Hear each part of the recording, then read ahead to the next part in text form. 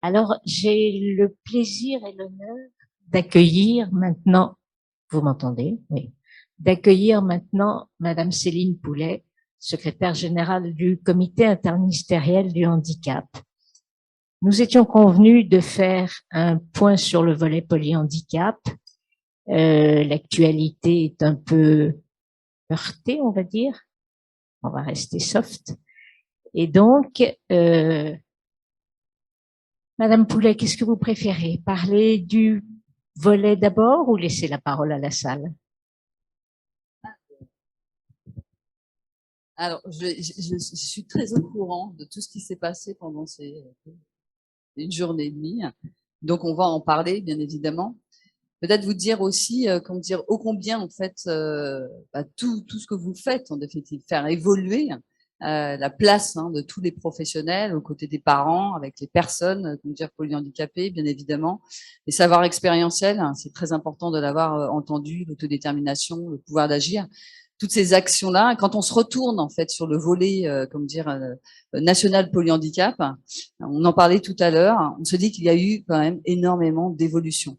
C'est pas qu'au moment où on a commencé à travailler, on a été plusieurs à cheminer ensemble. Quand on a commencé à structurer ce volet national, rappelez-vous, quand on a commencé à discuter du cahier des charges et des unités d'enseignement externalisées pour les enfants polyhandicapés, la perplexité de l'éducation nationale. Et aujourd'hui, il n'est absolument plus question de remettre en cause, même si on sait que le cadrage est posé et qu'on sait encore qu'il y a beaucoup d'efforts pour que ça se mette effectivement en place. Donc en fait, il y a eu beaucoup d'avancées et une avancée sur les droits. Et moi, je pense que c'est extrêmement important, puisqu'on reparlera évidemment, je pense, des observations finales de l'ONU. L'approche par les droits, elle a été véritablement dans ce volet national polyhandicap une vraie approche, droit à la scolarisation, avoir des apprentissages scolaires avec, comment dire, ce cahier des charges, le droit à donner son consentement, euh, avec la communication alternative et améliorée. C'est la première fois que dans un volet national apparaissait une fiche sur la communication alternative et améliorée, avec les travaux qui ont été réalisés par les acteurs de terrain et avec, comment dire, la Caisse nationale de solidarité et d'autonomie, parce que tous ces travaux-là, c'est vrai que les professionnels ne l'ont pas forcément. J'entendais que tout à l'heure, les recommandations n'étaient pas encore connues et reconnues dans les établissements. Mais les travaux qui sont menés aujourd'hui, par exemple, sur la communication alternative améliorée, sont des travaux qui structurent l'ensemble. Et je dirais que là, pour le coup, ça structure aussi pour les autres établissements qui accueillent d'autres types de handicap. Donc voilà, et je pense que c'est extrêmement important la formation qui va être proposée aux professionnels sur la communication alternative améliorée avec des partenariats avec les OPCO, qui est quand même une avancée qui est, quand on regarde derrière, qui est quand même une avancée réelle. Alors, on en parlait tout à l'heure aussi avec M. Kilian en disant, maintenant, il faut équiper les établissements d'outils et comment dire, d'outils techniques pour justement permettre en définitive de faire un pas complémentaire et supplémentaire. Et puis, vous en parliez sur l'accès aux soins, le droit d'être soigné, le droit d'être considéré dans ces spécificités extrêmement importantes, n'ont pas été abordées, n'a pas été abordé, je pense, mais on aurait pu aussi, parce que c'était très riche, donc je pense que tu pourrais faire au moins 3 jours, je pense, mais le groupe de travail qui se met en place aujourd'hui sur les rééducations dites intensives pour les enfants polyhandicapés et également les enfants avec une paralysie cérébrale, qui vont se fonder sur des recommandations de bonnes pratiques professionnelles, extrêmement important. C'est un groupe de travail extrêmement important qui reconnaît la nécessité d'une rééducation intensive. Je pense qu'il y a beaucoup de personnes qui ne connaissent pas ces travaux-là, et pour autant, ce sont des travaux qui vont également structurer aujourd'hui à la fois l'offre avec les établissements et services médico-sociaux, mais aussi une offre eh bien, pour ceux qui ont fait le choix de rester à domicile. Donc, c'est extrêmement important d'avoir aussi ça en tête. Le choix d'être bien accompagné, on en parlait tout à l'heure, les recommandations de bonne pratique professionnelle, qui est une avancée majeure, qui n'existait pas au moment du volet national pour le handicap, qui a été vraiment engagé. Le droit d'être formé, parler du kit pédagogique, qu'est-ce qu'on a vécu avec ces aventures, Marie-Christine, avec ce guide. C'est ce kit pédagogique extrêmement important sur lesquels vous avez été, enfin le groupe Polyhandicap français investi d'une manière mais considérable. Qu'est-ce qu'on en fait? On va pas le laisser comme ça sur l'étagère, quoi. Il est là, il faut s'en servir, il faut se l'approprier, et c'est absolument essentiel. On parlait de la vie sexuelle et affective, sujet extrêmement important. Aujourd'hui, on a dans 9 régions, 10e là qui est en train d'arriver, on a un objectif de 13, les centres ressources à la vie affective et sexuelle, extrêmement important puisque ça va être aussi des ressources considérables et il faudra les former sur la singularité des personnes polyhandicapées. Ça sera aussi, comment dire, le travail que l'on devra mener de concert. L'instruction qui est arrivée, la circulaire sur la vie sexuelle des personnes en situation de handicap plus généralement, mais également sur le polyhandicap. Donc, on a en fait, ce que j'avais envie de dire, c'est qu'on a un cadrage aujourd'hui, un cadrage qui a été fait par, et qui n'a pas été fait dans les administrations, ça a été réalisé de concert, en s'inspirant véritablement du terrain, en allant chercher sur le terrain ce qui fonctionnait.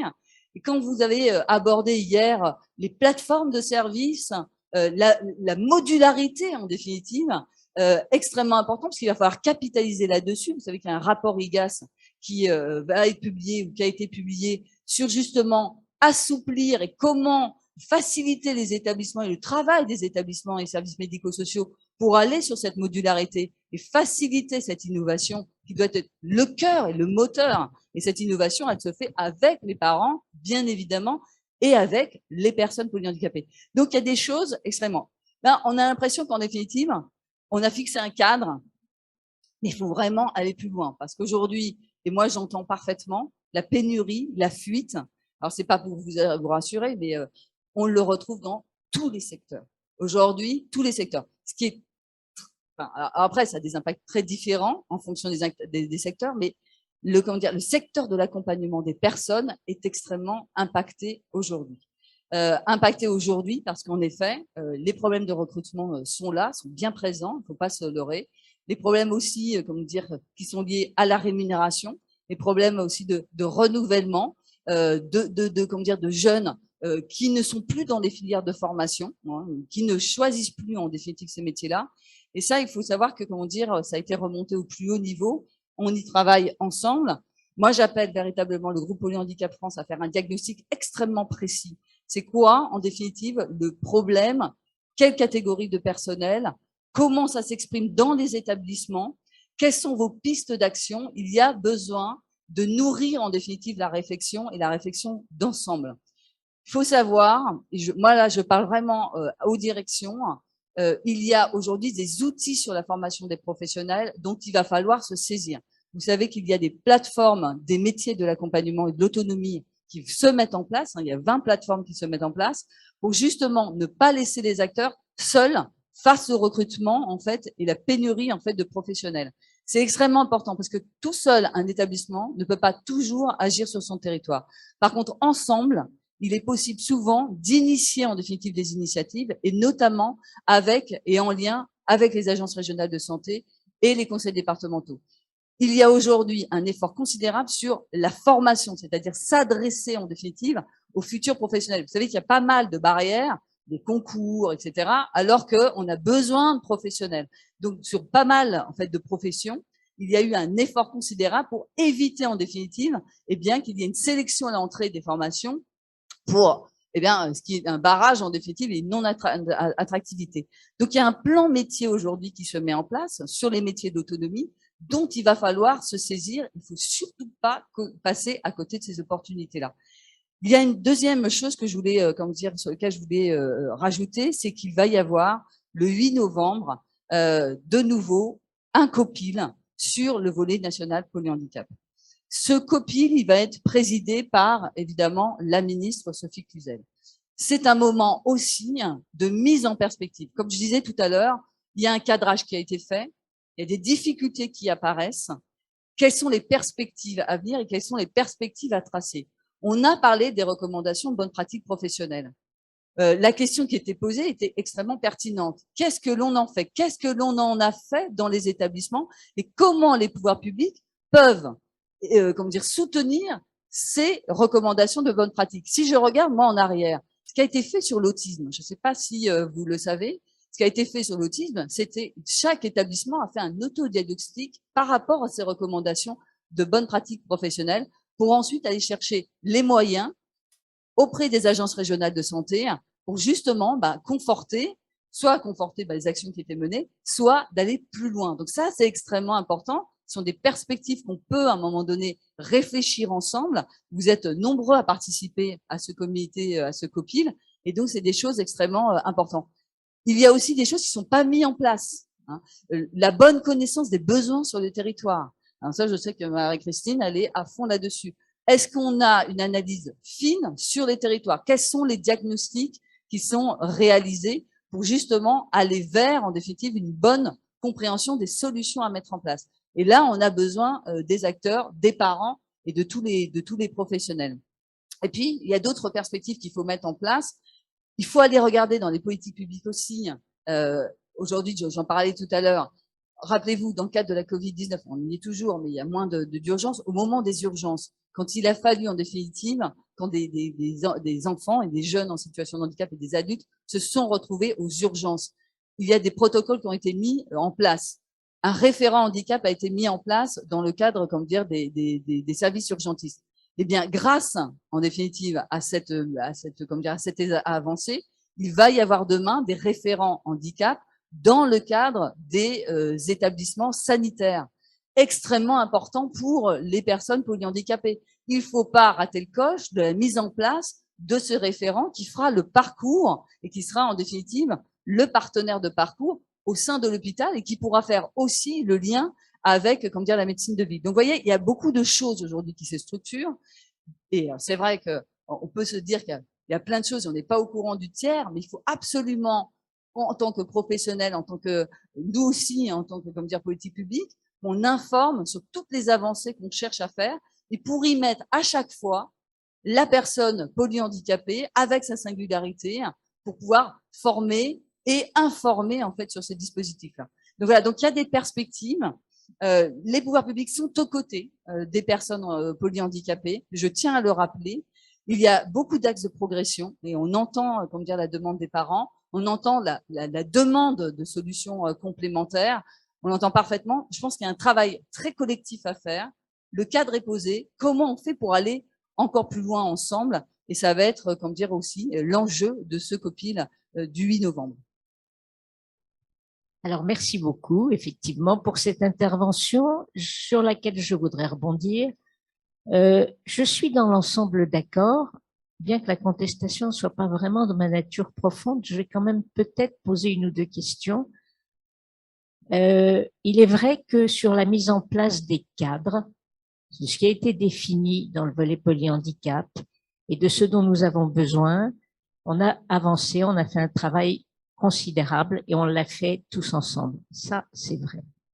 Après, bien sûr, la Covid nous a entravés, c'est clair, mais tout de même, quand on parle de l'accès aux droits, il y a tout de même deux choses sur lesquelles on est en grande difficulté.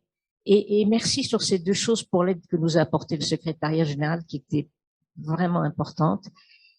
Dans l'accès aux droits, il y a ce fameux droit de choisir où on vit et son accompagnement. Et là, malheureusement, ça pêche sur deux points absolument capitaux. Le premier, c'est effectivement le nombre d'établissements de places en établissement et en service d'accompagnement qui laisse terriblement à désirer. Je vous l'ai dit hier, on s'est livré à un petit calcul, Céline, on s'est senti un peu trahi, je le dis, la mort dans l'âme, mais c'est exactement ce que j'éprouve. Quand on nous a dit, vous allez avoir un diagnostic territorial, et ce sont les ARS qui vont s'en occuper, et qu'on a eu effectivement un diagnostic qualitatif. Et je trouve absolument rigolo que les ARS, vous venez de voir un médecin absolument remarquable d'une ARS tout aussi remarquable, c'est pas le cas partout. Il y a des gens qui ne connaissent rien au polyhandicap et que l'ARS vienne nous donner des leçons qualitatives sur la façon dont il faut accompagner les personnes polyhandicapées est un peu dur lorsque ce que nous attendions, c'était des chiffres. On s'est livré à un petit calcul avec prévalence, on sait, on a les calculs de l'adresse, on sait qu'il y a 32 500 personnes accompagnées. Si on applique les chiffres de la prévalence connus, scientifiquement reconnus à la population française, on arrive aux chiffres ahurissants de 45 000 personnes polyhandicapées, 32 000 places en établissements et services. Je ne peux pas garantir que le chiffre soit juste, bien sûr que non, mais ça donne une idée vertigineuse, effectivement, je reprends le propos de Richard Pivetta, vertigineuse de ce qui se passe et de ce qui ne se passe pas. Et la seconde chose, et là, nous sommes dans une situation dramatique, ma chère Céline, et ça n'est un scoop malheureusement pour personne, c'est que si aujourd'hui on ouvrait toutes les places comme ça, d'un coup de baguette magique dont on a besoin, on aurait qui pour accompagner? Alors qu'aujourd'hui, on sait qu'on ferme, par exemple, des établissements qu'on appelle de répit. J'attire votre attention sur le terme horrible de répit, qui ne devrait pas exister si on avait un relais correct. Et donc, on ferme ces établissements d'accueil temporaire aux grandes dames des parents fatigués, aux grandes dames des parents qui ont leurs enfants à domicile parce qu'ils n'ont pas trouvé de solution. Et donc, on est dans une solution jamais vue, inédite, ce sont les termes que tout le monde emploie, tragique. Et donc, on a ces deux problèmes dramatiques. On sait comment il faut accompagner. On a, tout ça a été dit tout à l'heure, phosphoré, merci pour le choix du terme, on a phosphoré pour trouver des solutions, des groupes de travail, et on n'a malheureusement pas les moyens de le mettre en place.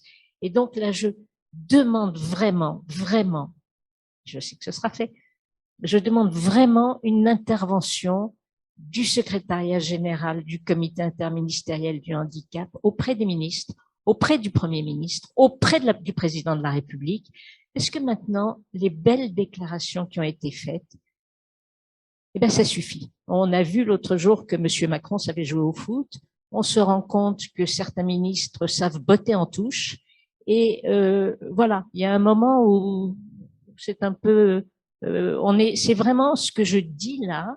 Ça n'est même pas une revendication. C'est un, je vous l'inflige pas parce que j'ai un micro correct. C'est un hurlement de désespoir. Je pense que je me fais l'écho de toutes les personnes qui sont là.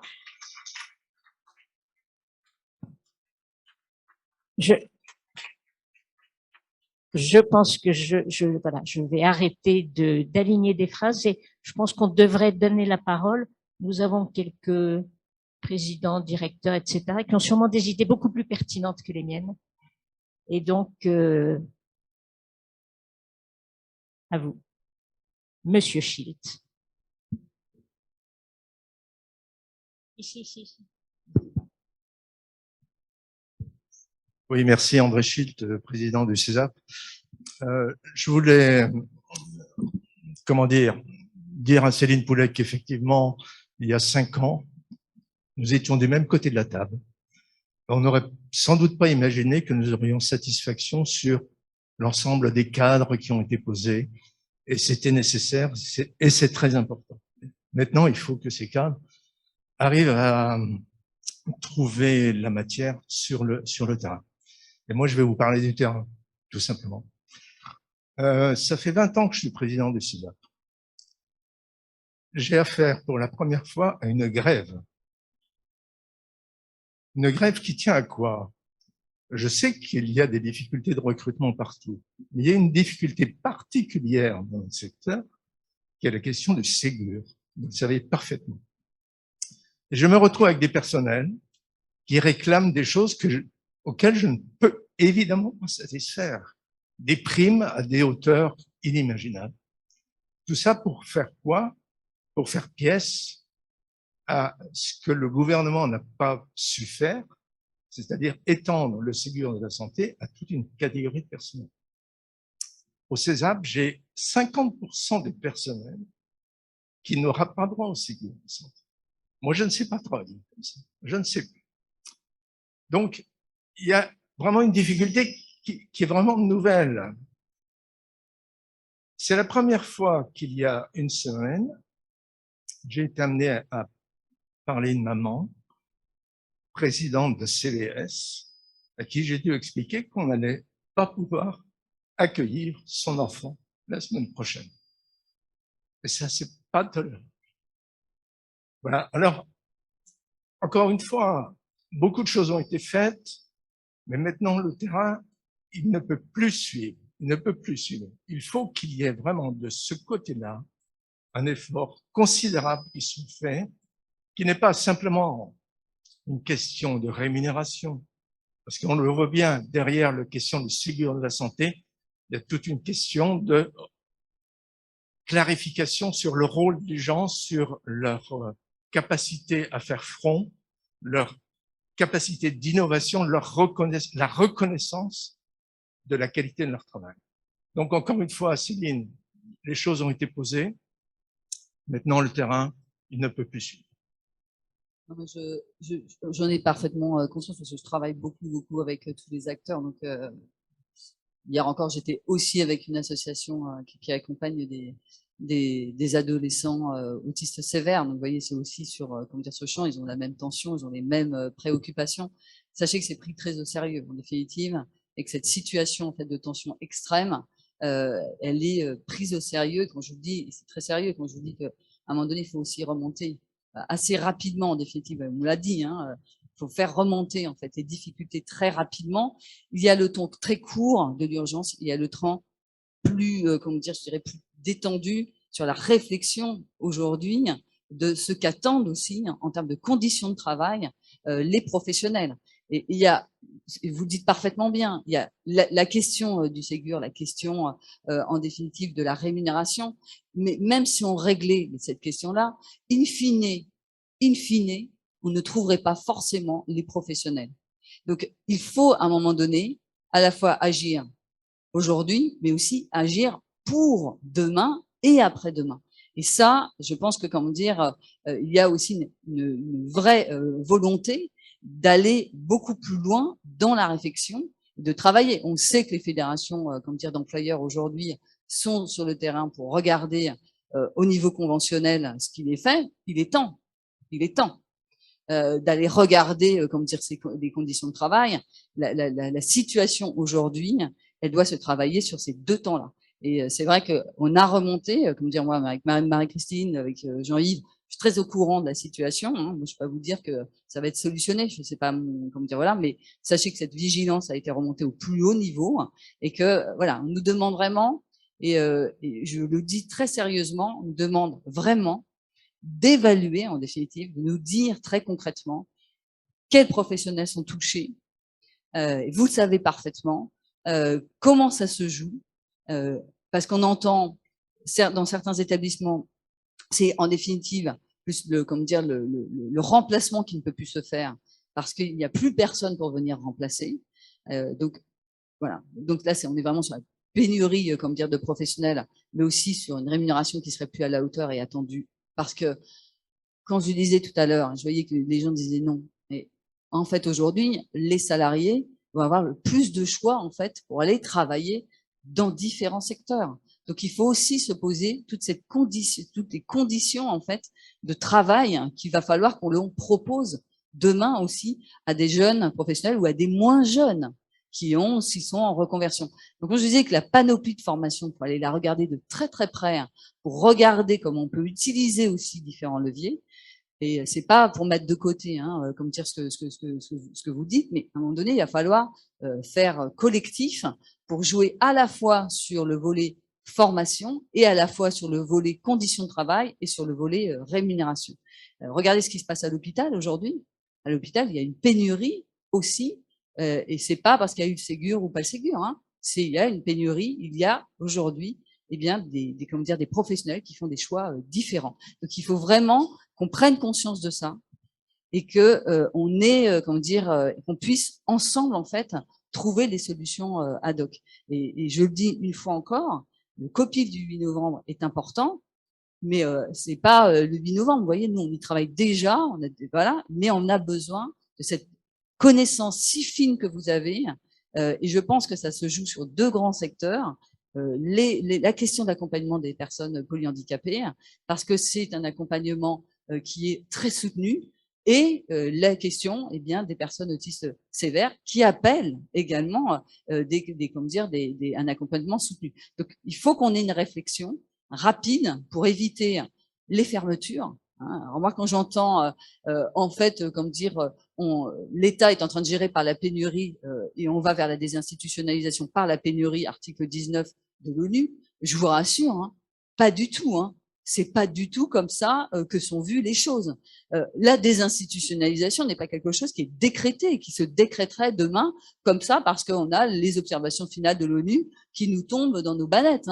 Ça se passe pas du tout comme ça. Je veux dire, voilà. Donc il faut éviter de faire peur parce que la peur n'est pas bon conseil.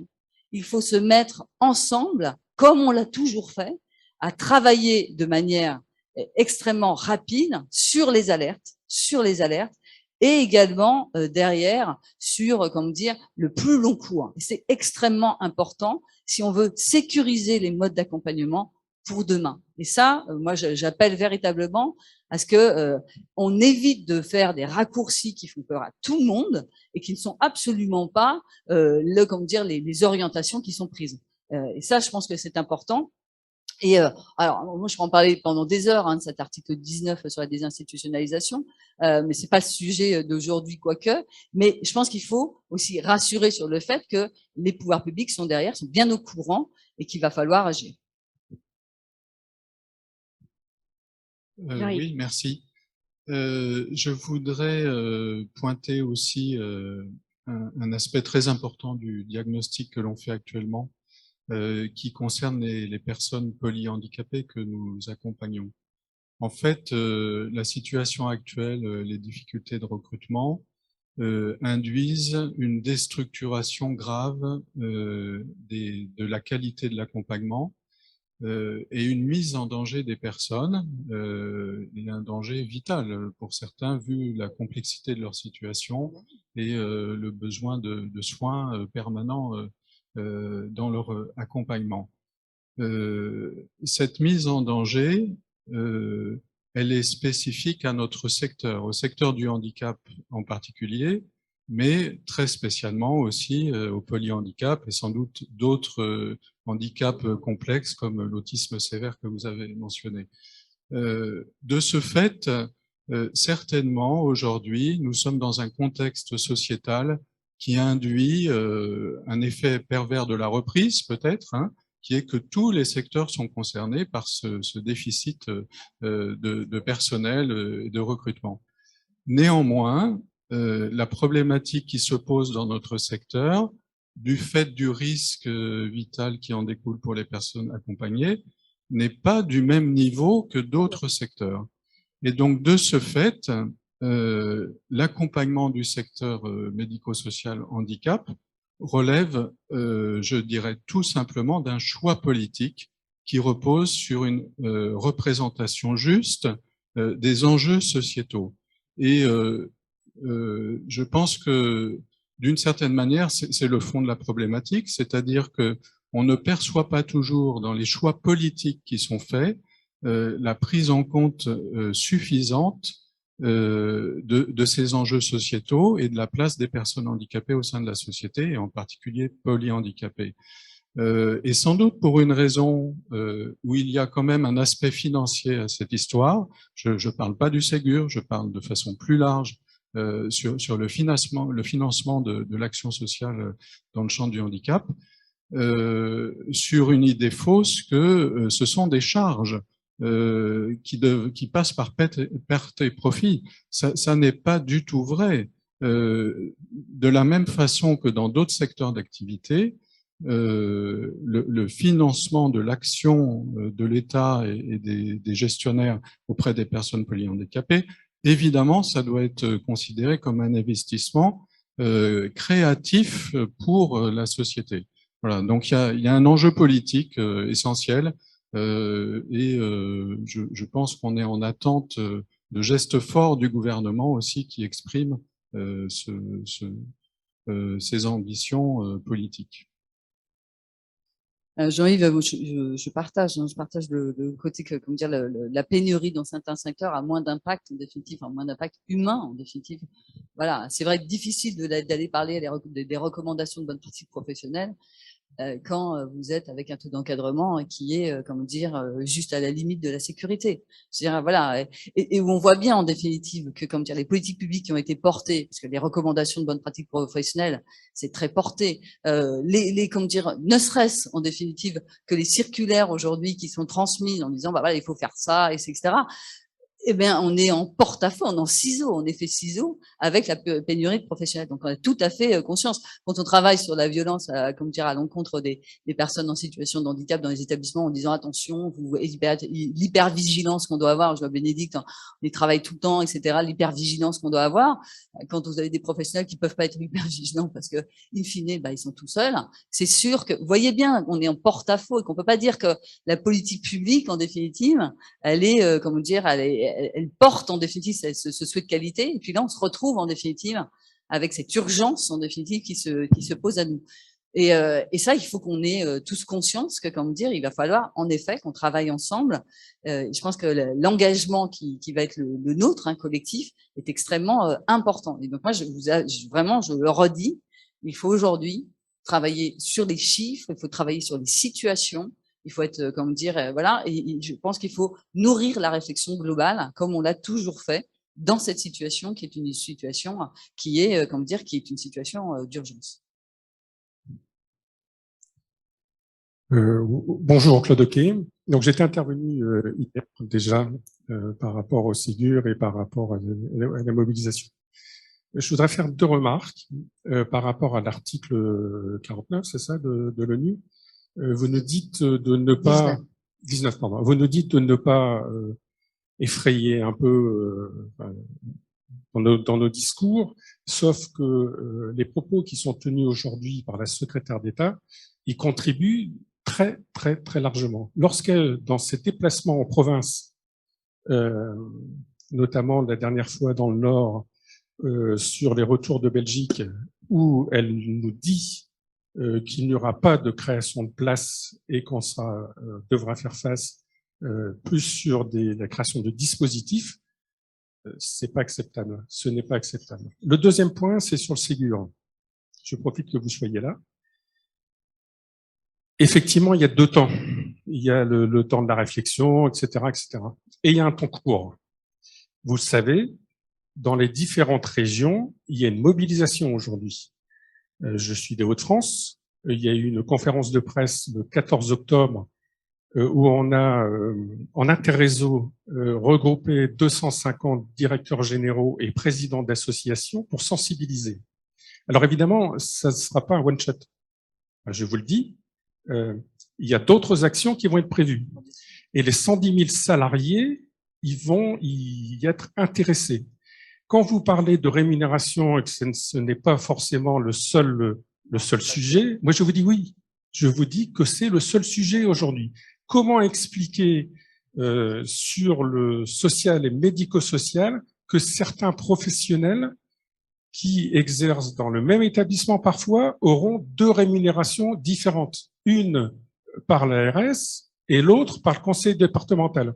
Comment expliquer que sur certaines professions, il n'y aura pas d'équité au niveau de la rémunération et qu'un jeune éducateur diplômé gagnera moins qu'une EMP avec quelques années d'expérience. Donc, je dis qu'il y a urgence pour le coup et on va pas attendre comme ça parce que c'est le 1er octobre. Hein, et aujourd'hui, les professionnels commencent à monter un peu. Voilà, donc je souhaitais vous interpeller sur le sujet et évidemment de faire remonter. Non, toutes les situations sont remontées, hein, tout ça c'est bien compris. Je veux pas qu'il y ait de mauvaise compréhension dans ce que je dis. Quand je dis le problème de rémunération actuelle, je le comprends. Hein, voilà, je suis très au courant des effets en définitive sur les Ségur, même s'il y a, comment dire, eu un effort considérable. Hein, il faut le dire aussi, comment dire, sur le Ségur. De valorisation. Après, on est d'accord, on n'est pas d'accord, mais il faut aussi, comment dire, en avoir bien conscience. Ce que je parlais au niveau de rémunération, je le mets moins sur le fait que aujourd'hui, et vous le vivez aussi, on a des jeunes qui ne viennent plus dans les secteurs non pas parce que c'est, c'est moins bien payé, etc. Ils viennent pas dans le secteur parce que même si c'est moins payé ailleurs, il n'y a pas la charge mentale qu'il peut y avoir dans le secteur, il n'y a pas les obligations qu'il y a dans le secteur, il n'y a pas les astreintes. Ce sont des réalités de recrutement. Et il faut arrêter de penser qu'on est dans le monde de oui, oui. La réalité aujourd'hui, elle a aussi changé en termes de recrutement. Donc je ne nie absolument pas les difficultés qu'il peut y avoir aujourd'hui. Je dis aussi qu'on doit être en mesure profondément de revoir aussi comment, en définitive, la gestion des ressources humaines doit bien se réinventer par rapport aux réalités que l'on va vivre et que l'on va pas vivre qu'aujourd'hui, hein, qu'on va vivre demain et après-demain. Donc voilà, c'est ça, c'est une interpellation aussi. Elle doit être là et elle doit être, et ça c'est collectif, hein, c'est comment on réinvente aussi la manière, eh bien, d'engager les professionnels, de les manager dans un projet et dans des projets. Moi, je vois en discutant avec des associations, on dit bah nous, les professionnels, ils sont là, ils restent avec nous parce qu'on est sur tel développement de projet, telle innovation, etc. Mais comment aujourd'hui on valorise l'innovation? Voilà, donc vous voyez, c'est le cercle vicieux. C'est que si on valorise jamais l'innovation, en fait, on valorise jamais le travail des professionnels. Et comment dire, c'est comment on se remet dans un cercle vertueux. C'est le travail qu'on doit engager.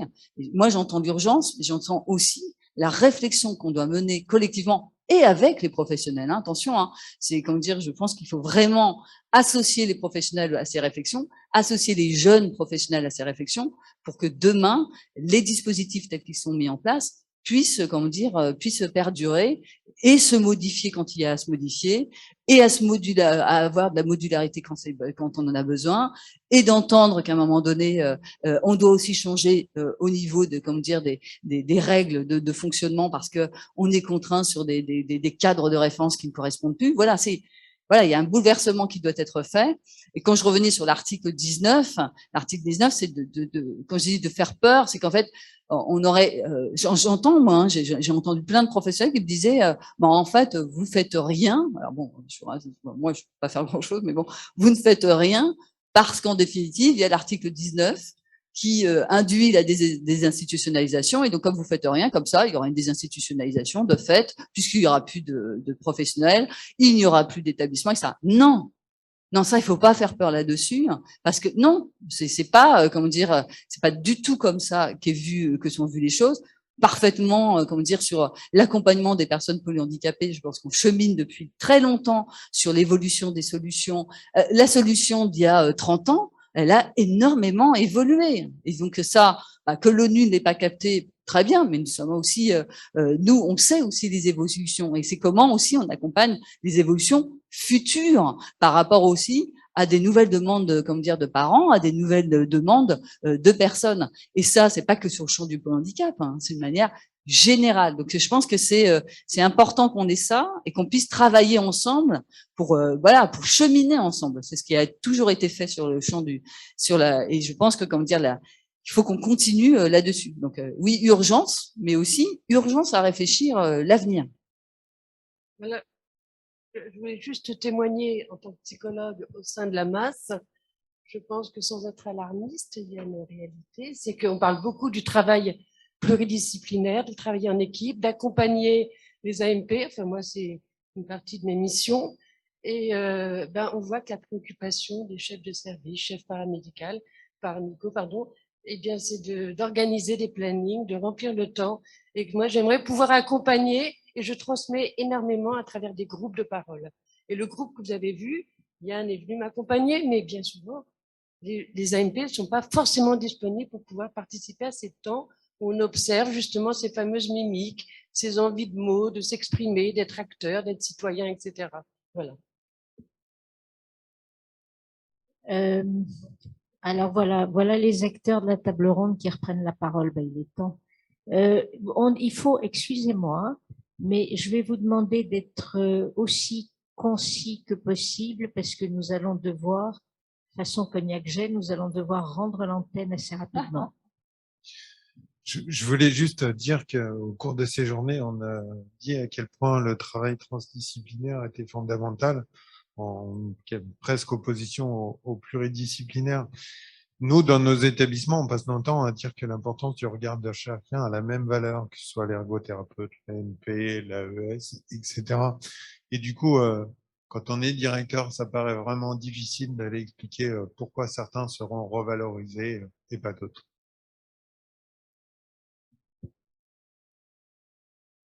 Monsieur Arévalo, vous vouliez aussi.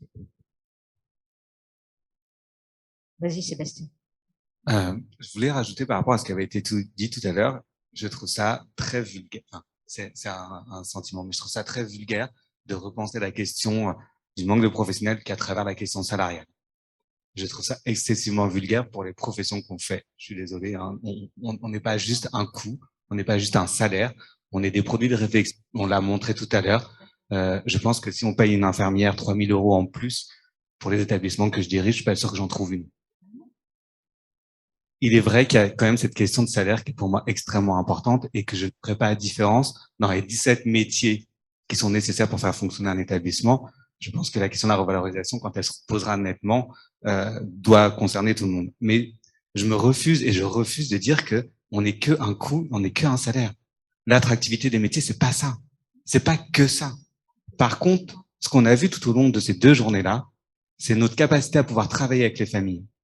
Et aujourd'hui, on parle beaucoup des professionnels qui nous manquent, mais je trouve qu'aujourd'hui, il nous manque aussi un peu les familles dans ce combat-là. Alors, je suis désolé, hein, mais nous, on a besoin des familles. C'est pas les organismes gestionnaires qui ont révolutionné le médico-social, c'est les familles qui ont révolutionné le médico-social. On a besoin d'elles pour avancer. On a besoin d'elles pour redire à nos acteurs des politiques publiques à quel point demain, ça va être dramatique quand leurs enfants vont se retrouver au domicile. On a besoin des témoignages des parents qui vont se retrouver avec leurs enfants les week-ends, là où ils étaient dans des plateformes de répit. Voilà de quoi moi j'ai besoin aujourd'hui. J'ai pas besoin qu'on parle des salaires.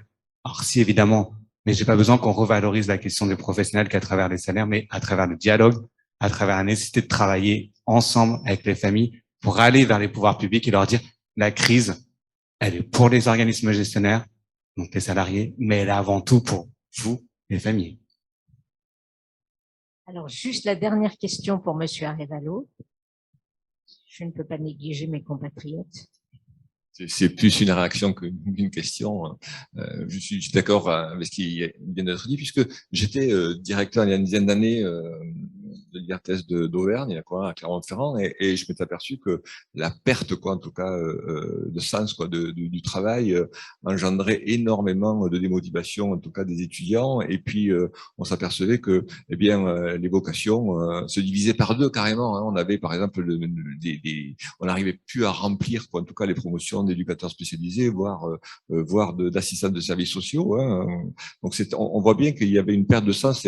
Vous avez évoqué l'hôpital. L'hôpital, c'est avant tout ce qu'ils nous disent, c'est une perte de sens. Hein. On ne sait pas pourquoi on est là. On ne sait plus pourquoi on est là, parce que finalement notre quotidien, c'est pas ce pourquoi on a fait cette formation. Donc, la question du salaire, certes, est importante, mais il n'empêche que la question du sens, elle est primordiale. Après, je vais juste rajouter quelque chose. Aujourd'hui, je suis par exemple en négociation CEPOM. C'est un peu technique ce que je vais dire, mais on parlait de stats, et ce qu'on me dit, c'est taux de remplissage de votre EAP, 90%.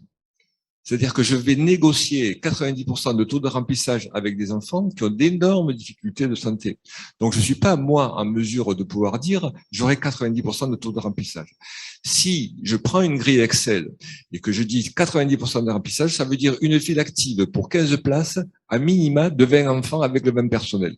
Vous voyez que cet effet-là, il va immédiatement se répercuter sur la qualité de la prise en charge, et puis après sur le sens, parce que les gens me diront mais on n'a pas signé pour ça, hein, on n'a pas signé pour ça. Donc je crois qu'il faut aussi revenir à ces exigences qu'on peut avoir sur les financements des établissements, parce que ça a une répercussion terrible sur le travail lui-même. Alors, je pense que je vais conclure. Oui. Juste pour dire sur ce que vous venez d'évoquer en fait sur le sens du travail. C'est pour ça que faut que vous alliez aussi regarder du côté des outils en fait, hein, parce que sur les plateformes justement des nouvelles plateformes, je regarde parce que c'est important sur une nouvelle plateforme des métiers d'autonomie, c'est justement ça, c'est retravailler aussi comment on attire sur les métiers et comment on le fait ensemble et non pas chacun dans son petit coin. Et ça, c'est des moyens à mutualiser, c'est des moyens de réflexion à aller chercher et à remotiver. On est sur des métiers qui sont des merveilleux métiers et qui sont formidables d'engagement, qui sont voilà. Et comment, en définitive, on arrive à aller chercher des jeunes ou des personnes qui sont en reconversion, qui en ont ras-le-bol aussi d'être voilà. Et ça, ces plateformes-là, elles ont ce but-là, c'est à un moment donné de fédérer, les professionnels pour aller trouver aussi des arguments et aller chercher. Donc là, on est sur le plus long terme. Hein, je comprends l'urgence et les alertes, mais c'est vrai que la réflexion sur du plus long terme est extrêmement important aujourd'hui. Voilà. Et ce que vous signalez, oui, voilà, il y a extrêmement des progrès aussi à faire dans, la négociation des CPOM, sur quels sont les indicateurs qu'on prend, etc. Donc voilà, c'est pas les uns contre les autres. Hein. Voilà, c'est à un moment donné, il y a une évolution, je dirais. On aime beaucoup ce mot dans notre secteur, mais il y a vraiment une évolution systémique, en définitive, à mettre en œuvre aujourd'hui. On a des outils qui se mettent en place, hein, je pense que vraiment le rapport IGAS est intéressant là-dessus, etc. C'est comment, en fait, on fait que, c'est aussi tous ces outils-là fassent sens. Et fassent sens au service, évidemment, et avec les personnes qui sont accompagnées. Donc voilà, c'est vraiment, l'action publique, elle doit être vraiment centrée là-dessus aujourd'hui.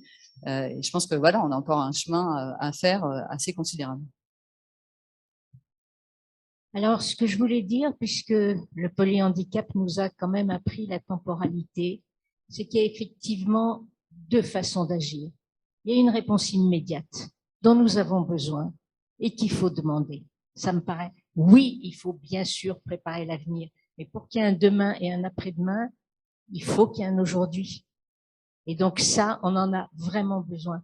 Alors du coup, je me tourne vers vous, professionnels et parents, comme ça a été dit effectivement par Sébastien Le Goff, parce que c'est avec les parents qu'on a tout construit depuis le début.